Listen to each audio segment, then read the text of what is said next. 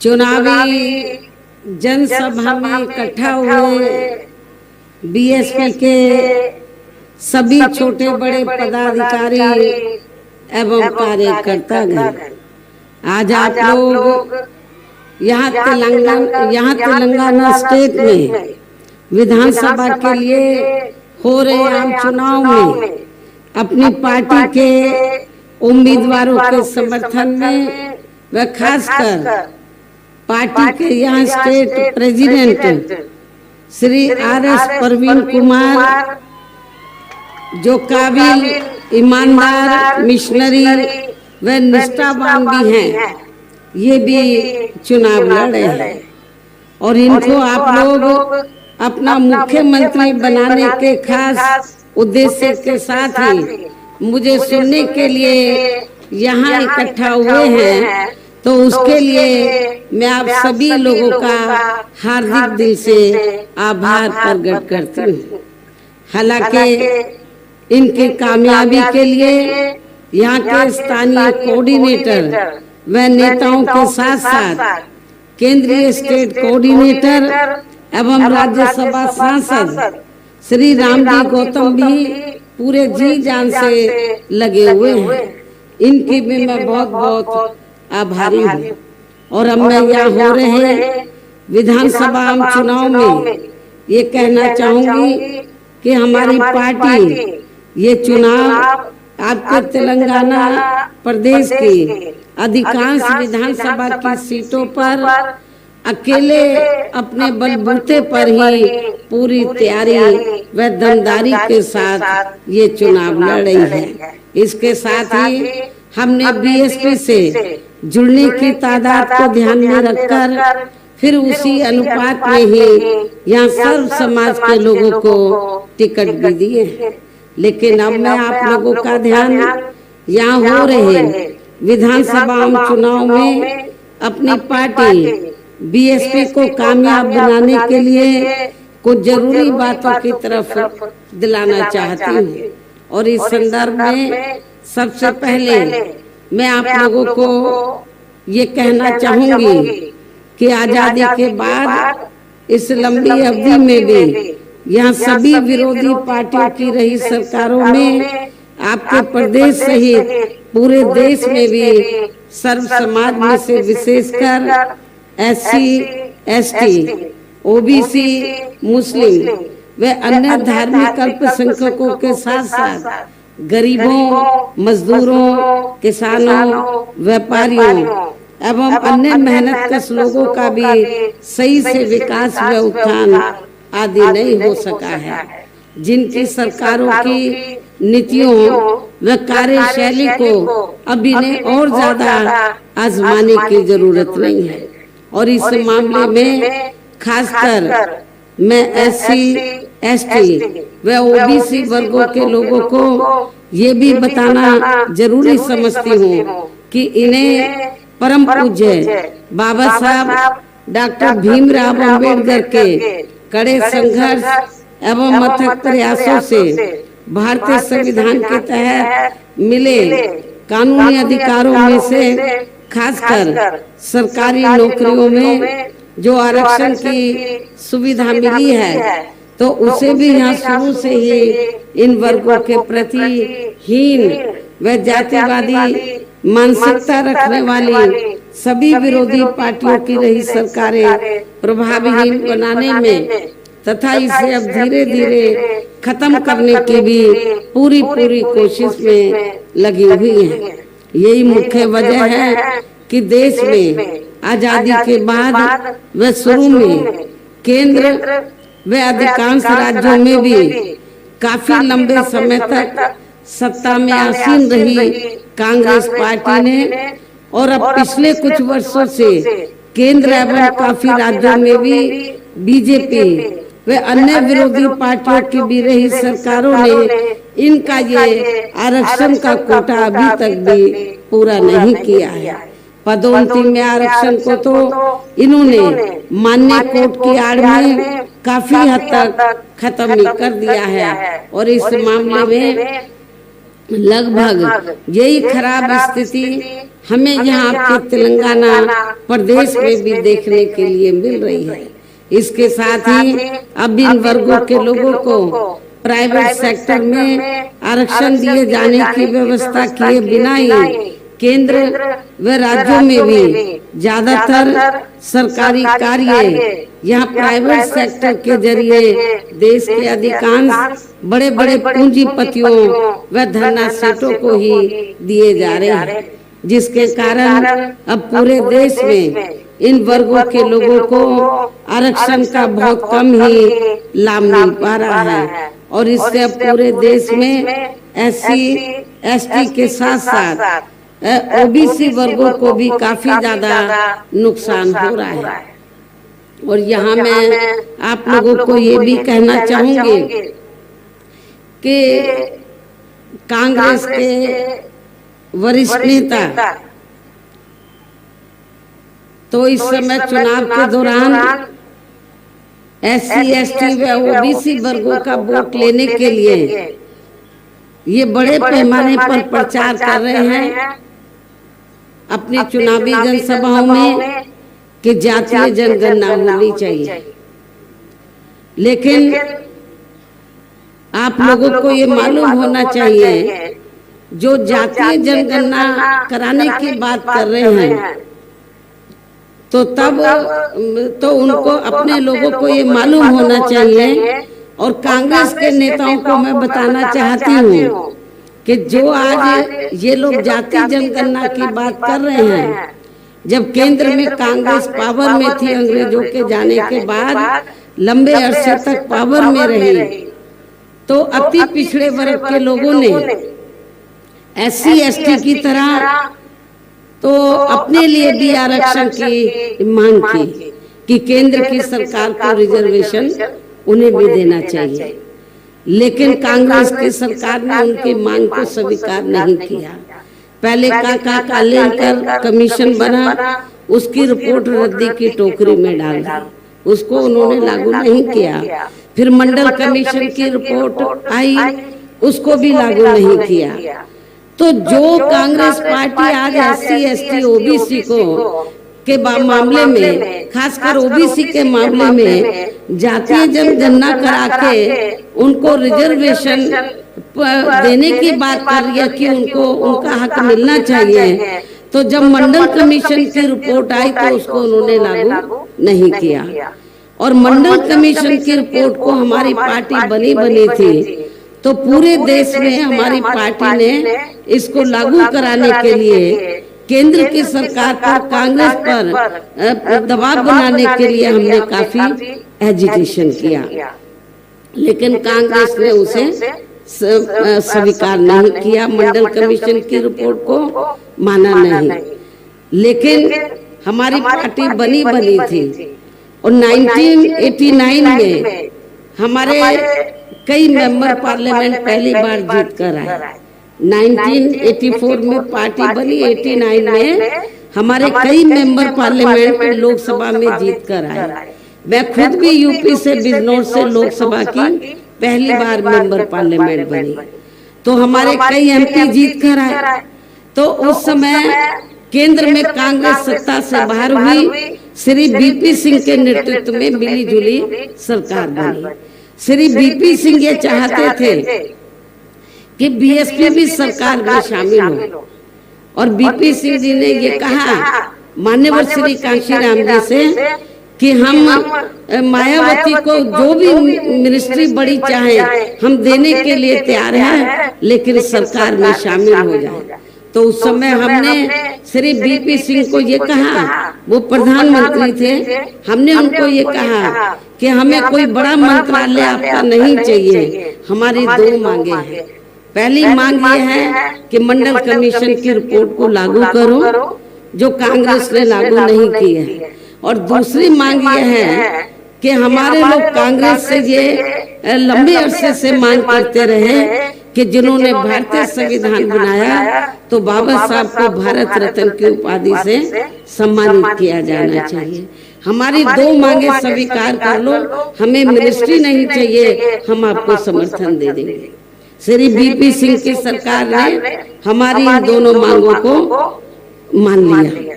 इसलिए अन्य पिछड़े वर्गों के लोगों को ये मालूम होना चाहिए कि इन्हें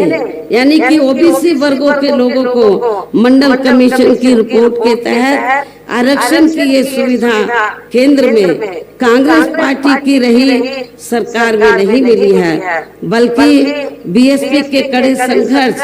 एवं अथक प्रयासों से ही केंद्र में रही श्री बीपी सिंह की सरकार में इन्हें ये सुविधा मिली है, जिसका अब यहाँ जातिवादी विरोधी पार्टियों की सरकारें इन्हें पूरा लाभ नहीं दे पा रही हैं। इसके साथ ही श्री बीपी सिंह की सरकार में इन वर्गों के मसीहा परम पूज्य बाबा साहब डॉक्टर भीमराव अंबेडकर को भी यहाँ भारत रत्न की उपाधि से सम्मानित किया गया है, जिसके लिए वो हर प्रकार से पात्र भी थे, जो बहुत पहले ही इनको ये सम्मान मिल जाना चाहिए था, जिसके लिए विशेषकर कांग्रेस पार्टी प्रमुख तौर से जिम्मेवार एवं कसूरवार भी है। इससे इन वर्गों के प्रति इस पार्टी की हीन व जातिवादी मानसिकता साफ झलकती है, जिस कांग्रेस पार्टी ने फिर इनके कार्यों को आगे बढ़ाने वाले वे हर मामले में समर्पित बाबा साहब डॉक्टर अंबेडकर के कार्यों को आगे बढ़ाने वाले वे हर मामले में समर्पित व्यक्तित्व मान्यवर श्री कांशी नामजी के देहांत होने पर उस समय केंद्र में रही इसी कांग्रेस पार्टी की सरकार के चलते इनके सम्मान में एक दिन का भी राष्ट्रीय शोक घोषित नहीं किया गया था। यहाँ मैं इन वर्गों के मामले में ये भी कहना चाहूंगी कि केंद्र द्वारा अभी हाल ही में देश की लोकसभा व राज्य विधानसभाओं में महिलाओं को जो 33% आरक्षण देने की व्यवस्था की गई है, तो उसमें एससी, एसटी व ओबीसी वर्गों की महिलाओं को अलग से कुछ भी आरक्षण नहीं दिया गया है। इतना ही नहीं, बल्कि इन वर्गों के लोगों को जुल्म जाति से निजात दिलाने के लिए जो अनेकों नियम व कानून आदि बने हैं, तो उन पर भी केंद्र व अधिकांश राज्यों की सरकारें सही से अमल नहीं कर पा रही हैं, जिससे अब यहाँ खासकर दलितों व आदिवासियों के ऊपर, एससी व एसटी वर्गों के ऊपर शोषण करने वाले लोगों का मनोबल और भी ज्यादा बढ़ रहा है। और ये सब हमें यहाँ के तेलंगाना प्रदेश में भी काफी कुछ देखने के लिए मिल रहा है। और इतना ही नहीं, यहाँ की वर्तमान जो रीजनल पार्टी की सरकार है, मुझे मालूम हुआ कि वो इतनी दलितों के खिलाफ है कि दलित लोग अपने पैरों पर खड़े ना हो, वो सत्ता में ना आए, अपनी सरकार ना बना सके, तो हमारे जो स्टेट के प्रेसिडेंट हैं, तो उनके ऊपर फर्जी एफआईआर दर्ज करा दी, उनके ऊपर और उनके बेटे के ऊपर। तो इससे इनकी दलित विरोधी मानसिकता जो है वो साफ झलकती है। तो इसी प्रकार हमें पूरे देश में मुस्लिम व अन्य धार्मिक अल्पसंख्यक समाज के लोगों की भी हालत कोई खास अच्छी नजर नहीं आती है। इसके साथ साथ अपर कास्ट समाज में से खासकर गरीब लोगों की भी आर्थिक स्थिति अभी भी पूरे देश में यहाँ काफी ज्यादा खराब व दयनीय हालत में बनी हुई है। इनके अलावा आपके प्रदेश सहित पूरे देश में सर्व समाज में से विशेषकर यहाँ गरीब, मजदूर, किसान, कर्मचारी, छोटे व्यापारी एवं अन्य मेहनतकश लोग भी अपनी विभिन्न समस्याओं को लेकर अभी भी हमें काफी ज्यादा दुखी ही नजर आते हैं। इनमें से किसान वर्ग को केंद्र की वर्तमान भाजपा सरकार द्वारा बनाई गई इनके गलत नीतियों के कारण काफी ज्यादा परेशान व आंदोलित भी रहा है। लेकिन इन सब की मुख्य वजह हमारी पार्टी केंद्र में आपके तेलंगाना स्टेट में भी यहाँ तक की रही सभी विरोधी पार्टियों की सरकारों की जातिवादी, पूंजीवादी व संकीर्ण मानसिकता के तहत बनाई गई बनाई गई उनकी नीतियों, उनकी गलत नीतियों एवं गलत कार्य प्रणाली को ही काफी हद तक जिम्मेवार मानकर चलती है। और इस मामले में खासकर इनकी गलत आर्थिक नीतियों की वजह से ही आए दिन या पूरे देश में गरीबी, बेरोजगारी व महंगाई आदि भी काफी ज्यादा बढ़ रही है, जिससे आपका अपना प्रदेश भी प्रभावित, जिससे आपका ये प्रदेश भी प्रभावित हो रहा है। इसके साथ साथ अब अपने देश में भ्रष्टाचार भी हर स्तर पर काफी ज्यादा बढ़ रहा है, जिससे आपका खुद का अपना तेलंगाना प्रदेश भी अछूता नहीं रहा है। और इन सब के लिए हमारी पार्टी हमारी पार्टी आजादी के बाद से लेकर अभी तक केंद्र व देश के अधिकांश राज्यों में तथा आपके खुद के अपने तेलंगाना प्रदेश में भी ज्यादातर सत्ता यहाँ गलत पार्टियों में से खासकर कांग्रेस यहाँ की रीजनल पार्टी को ही काफी हद तक जिम्मेवार मानकर चलती है। क्योंकि जब ये तेलंगाना अलग से स्टेट नहीं था, आंध्रा का हिस्सा होता था, तो कांग्रेस पार्टी यहाँ सत्ता में लंबे अरसे तक आसीन रही। तेलंगाना स्टेट बना तो यहाँ की रीजनल पार्टी सत्ता में आसीन रही। और जब ये अलग से स्टेट बन रहा था तो आप लोगों को मैं ये बताना चाहती हूँ कि बहुजन समाज पार्टी ने पार्लियामेंट के अंदर और आपके यहाँ तेलंगाना क्षेत्र में भी तो इसका विरोध नहीं किया था, इसका समर्थन किया था। और जब ये विधेयक आया पार्लियामेंट में तो हमने उसके समर्थन में वोट दिया था। तो ये भी आप लोगों को मालूम होना चाहिए, जबकि पूरे देश में बीएसपी ही अकेली एक ऐसी पार्टी है जो सर्व समाज के लोगों की सभी समस्याओं का समाधान करके उन्हें हर मामले में हर स्तर पर यह खुशहाल बना सकती है। और इसी आधार पर चलकर ही आबादी के हिसाब से देश के सबसे बड़े प्रदेश अर्थात उत्तर प्रदेश में तो 4 बार हमारी पार्टी ने अपने नेतृत्व में वहाँ सरकार बनाई है। 4 बार वहाँ अपने नेतृत्व में सरकार बनाई है। और हमने अपनी सभी चारों नई सरकारों में अपनी पार्टी की विचारधारा एवं सिद्धांतों के तहत चलकर वैसे तो वहाँ सर्व समाज के हितों का पूरा ध्यान रखा है, लेकिन सभी मामलों में प्राथमिकता पहले हमने वहाँ सर्व समाज में से विशेषकर उन वीकर सेक्शन के लोगों को तथा गरीब एवं असहाय लोगों को ही दिया है, जिनके वहाँ हर मामले में वे हर स्तर पर सभी विरोधी पार्टियों की रही सरकारों में उनकी हीन, जातिवादी, संकीर्ण व पूंजीवादी सोच होने के कारण काफी ज्यादा उपेक्षा की गई है। इसके साथ साथ हमने उत्तर प्रदेश में गरीब एवं बेरोजगार लोगों को दूसरी पार्टियों की रही सरकारों की तरह मामूली सा बेरोजगारी भत्ता न देकर उन्हें बड़ी तादाद में सरकारी एवं गैर सरकारी क्षेत्रों में स्थायी रोजगार भी उपलब्ध कराए हैं। इसके साथ ही गरीब भूमिहीन लोगों को खेती करने के लिए हमने वहाँ उन्हें फ्री सरकारी जमीन भी दी है, जिससे वहाँ लाखों गरीब लोगों को फायदा पहुँचा है। इसके अलावा हमारी पार्टी की रही सरकार ने वहाँ विभिन्न क्षेत्रों में लगे लोगों के हितों में भी अनेकों महत्वपूर्ण एवं ऐतिहासिक कार्य किए हैं। वहाँ हमने छात्रों, युवाओं, महिलाओं, बुजुर्गों आदि के हितों में अनेकों महत्वपूर्ण ऐतिहासिक फैसले लिए हैं, कार्य किए हैं, जिससे उन्हें काफी ज्यादा लाभ पहुँचा है, जिसके नकल अब देश के बाकी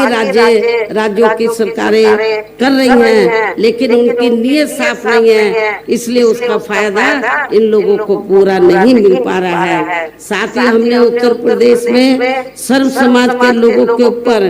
किसी भी प्रकार की कोई जुल्म, जाति आदि भी नहीं होने दी है। इतना ही नहीं बल्कि हमारी पार्टी की रही सरकार ने यहाँ अपने देश में दलित एवं अन्य पिछड़े वर्गों में समय समय पर जन्मे हमारे महान संतों, गुरुओं व महापुरुषों में भी खासकर महात्मा ज्योतिराव फुले, छत्रपति शाहू जी महाराज, श्री नारायण गुरु, बाबा साहब डॉक्टर भीमराव अम्बेडकर एवं मान्यवर श्री कांशीराम जी आदि को भी विभिन्न रूपों में पहली बार वहाँ पूरा पूरा आदर सम्मान दिया है, जिन्हें विरोधी पार्टियों के लोग अभी तक भी आसानी से पचा नहीं पा रहे हैं। इस प्रकार से उत्तर प्रदेश में हमारी पार्टी ने अपने सभी चारों नए शासन काल के दौरान वहाँ हर मामले में व हर स्तर पर सर्व समाज के लोगों को काफी बेहतरीन सरकार दी है। और यदि आप लोग भी यहाँ अपने तेलंगाना स्टेट में आम जनहित के व खासकर कमजोर एवं उपेक्षित वर्गों के हितों में ऐसे ही कार्य करना चाहते हैं तो फिर आप लोगों को भी उत्तर प्रदेश की तरह यहाँ अपने तेलंगाना स्टेट में भी अपनी पार्टी को हर मामले में मजबूत बना के यहाँ अपनी खुद की सर्वजन हिताय व सर्वजन सुखाय की नीतियों पर आधारित सरकार बनानी होगी, जिसके लिए अब आप लोगों को यहाँ अपने तेलंगाना स्टेट में विधानसभा के लिए हो रहे आम चुनाव में अपनी पार्टी का बेहतर रिजल्ट लाना होगा। और इसके लिए आप लोगों को वोट पड़ने तक यहाँ की रीजनल पार्टी जो सत्ता में है, यहाँ की सत्ताधारी पार्टी वे अन्य सभी विरोधी पार्टियों के साम दाम दंड भेद आदि अनेकों हथकंडों से भी जरूर सावधान रहना है। और इस मामले में खासकर आप लोगों को विरोधी पार्टियों के जारी किए गए उनके हवाई व प्रलोभन भरे चुनावी घोषणा पत्रों आदि के बहकावे में तो कतई भी नहीं आना है, जिन्हें ये पार्टियां सत्ता में आने के बाद अधिकांश अमल में नहीं लाती है, जिस पर से अब जनता का काफी हद तक विश्वास ही उठ गया है। इसलिए हमारी पार्टी किसी भी चुनाव में अपना कोई भी चुनावी घोषणा पत्र आदि जारी नहीं करती है। वैसे भी हमारी पार्टी कहने में बहुत कम बल्कि कार्य करके दिखाने में ही ज्यादा विश्वास रखती है। और अब मेरा यही कहना है कि आप लोगों को अपने खुद के वे अपने तेलंगाना स्टेट के भी हित में यहाँ अपनी पार्टी बीएसपी की ही सरकार बनाना बहुत जरूरी है। तभी फिर यहाँ आपके प्रदेश में परम पूज्य बाबा साहब डॉक्टर भीमराव अम्बेडकर एवं मान्यवर श्री कांशीराम जी आदि का भी अधूरा रहा सपना जरूर साकार हो सकता है। इसके साथ ही तभी फिर यहाँ अपनी पार्टी के स्टेट प्रेसिडेंट व हर मामले में कुशल नेतृत्व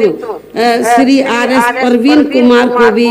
तेलंगाना स्टेट का मुख्यमंत्री बनाया जा सकता है, जिन्होंने अपनी आईपीएस की सरकारी नौकरी से इस्तीफा देकर वे वीआरएस लेकर अब ये पूरे जी जान से अपनी पार्टी को यहाँ मजबूत बनाने में लगे हैं, जिसे भी खास ध्यान में रखकर अब आप लोगों को श्री आर.एस. परवीन कुमार व पार्टी के अन्य सभी उम्मीदवारों को भी जो यहाँ मंच पर मौजूद हैं उन सभी को भी अपनी पार्टी के हाथी चुनाव चिन्ह के अपनी पार्टी का जो चुनाव चिन्ह हाथी है, हाथी चुनाव चिन्ह के सामने वाले बटन को दबाकर इनको जरूर जिताना है। और इसके लिए अब आप लोगों को वोट पड़ने वाले दिन अपने सभी कार्य छोड़कर वे अपने अपने पोलिंग बूथों पर समय से पहुंचकर अपना वोट डालने के लिए भी जरूर जाना है। इस प्रकार से आप लोगों को अपनी पार्टी को कामयाब बनाने का हर संभव पूरा प्रयास करना है। इसके साथ ही यहाँ मैं ये भी कहना चाहूंगी, इस चुनाव के बाद मैं आपके स्टेट में व साथ लगे आंध्र प्रदेश में भी खासकर नौजवानों को तैयार करने के लिए पार्टी के नेशनल कोऑर्डिनेटर श्री आकाश आनंद को भी बीच में जरूर भेजती रहूंगी। मैं खुद भी इन दोनों राज्यों का दौरा करूंगी। ताकि आपके इन दोनों राज्यों में पार्टी और भी ज्यादा मजबूती के साथ आगे बढ़ती रहे। वैसे यहाँ के तेलंगाना स्टेट के party president Shri RS Praveen Kumar भी अपनी पार्टी को मजबूत बनाने में या पूरे जी जान से लगे हैं, जिससे अब यहाँ हो रहे विधानसभा चुनाव में पहले से बेहतर रिजल्ट आने की भी पूरी संभावना है। तो इन्हीं जरूरी बातों के साथ ही अब मैं पुनः अपनी पार्टी के